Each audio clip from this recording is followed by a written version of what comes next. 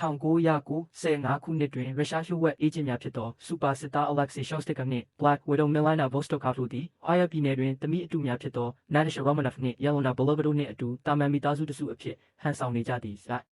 ဒီလိုလျှို့ဝှက်အချက်အလက်များကိုခိုးယူသည့်မစ်ရှင်ပြီးဆုံးသောအခါမိသားစုသည်ကျူဘာသို့ထွက်ပြေးကာအင်ဒို၏အကြီးအကဲ General Dreykov နှင့်တွေ့ဆုံသည့် Dreykov သည် Natasha နှင့် Yelena ကို Red Room သို့ခေါ်ဆောင်သွားကာလေ့ကျင့်ပေးစေသည်။နှစ်များကြာပြီးနောက် Alexei သည်ရုရှားတွင်အကျဉ်းချခံနေရပြီး Natasha သည်ဘဒပတ်ရှိ Dreykov ရုံးခန်းကိုဘုံခွဲခဲ့ပြီးနောက် High-Elbet သို့ပြောင်းရွှေ့သွားသည့်ထိုဖြစ်ရပ်ကြောင့် Dreykov နှင့်သူ၏သမီး Natalia သေဆုံးသွားပြီဟုယူဆခဲ့ကြသည်။2016ခုနှစ်တွင် Natasha သည် Sokovia Accords ကိုချိုးဖောက်ခဲ့သဖြင့်ထွက်ပြေးတိမ်းရှောင်နေရသူဖြစ်လာသည်။သူမသည်အမေရိကန်နိုင်ငံသားရေးဝန်ကြီး Thaddeus Ross ထံမှလွတ်မြောက်က Rick Mason စီစဉ်ပေးထားသည့် Norway ရှိလုံခြုံရေးအိမ်သို့ထွက်ပြေးသွားသည်။တစ်ဖက်တွင် Yelena သည် Red Room မှထွက်ပြေးသွားသော Black Widow ဟောင်းတဦးကိုတပ်ဖြတ်ခဲ့တော်လဲ Red Room ဓာတုစိတ်ထိန်းချုပ်မှုကိုဖယ်ရှားပေးနိုင်သောဓာတ်ငွေ့တစ်မျိုးနှင့်ထိတွေ့မိသည့် Yelena သည်အခြား Widow များကိုလွတ်မြောက်စေရန် Natasha ပြန်လာကူညီမည်ဟုမျှော်လင့်ကာထိုဆေးကို Natasha ထံပို့ပေးသည်။ Natasha သည်မသိလိုက်ဘဲထိုဆေးကိုယူဆောင်သွားမိရာ Taskmaster တိုက်ခိုက်မှုကိုခံရသည့် Taskmaster သည်ထိုဆေးကိုရယူရန်လိုက်လံနေခြင်းဖြစ်သည်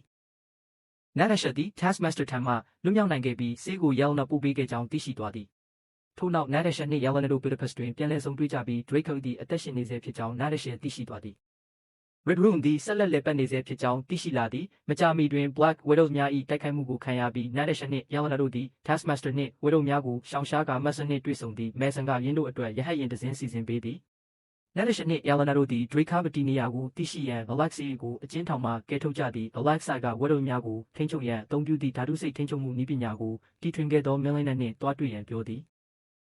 Milena သည် St. Petersburg အပြင်ဘက်ရှိလေယာတစ်ခုတွင်နေထိုင်နေသည်။ထိုနေရာတွင် Yelena ကယင်းတို့သည်တကယ်မိသားစုမဟုတ်ခဲ့တော်လဲသူမအနေဖြင့်တကယ်မိသားစုဟုယုံကြည်ခဲ့ကြောင်းပြောပြသည်။ Milena ကယင်းတို့၏တည်နေရာကို Dreykov ထံသတင်းပေးခဲ့ကြောင်းဝန်ခံပြီးမကြာမီ Dreykov အေဂျင့်များရောက်ရှိလာကာအားလုံးကိုလေထဲတွင်ပြန်တန်းနေသော Red Room စခန်းသို့ခေါ်ဆောင်သွားကြသည်။ဖမ်းဆီးမခံရမီ Milena နှင့် Natasha တို့သည်မျက်နှာဖုံးနည်းပညာကိုအသုံးပြု၍နေရာချင်းလဲခဲ့ကြသည်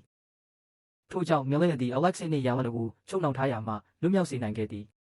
တစ်ဖက်တွင် Natasha သည် Dreykov နှင့်ရင်ဆိုင်တွေ့ဆုံပြီး Dreykov ကသူမ၏ဟန်ဆောင်မှုကိုဖော်ထုတ်နိုင်ခဲ့သည်။ Natasha သည် Taskmaster သည် Internet ဖြစ်ကြောင်းသိရှိသွားသည်။ Internet သည်အတိတ်ကထိခိုက်ဒဏ်ရာပြင်းထန်စွာရရှိခဲ့သောကြောင့် Dreykov ကသူမ၏ဦးခေါင်းထဲတွင်ချစ်တစ်ခုထည့်သွင်းပေး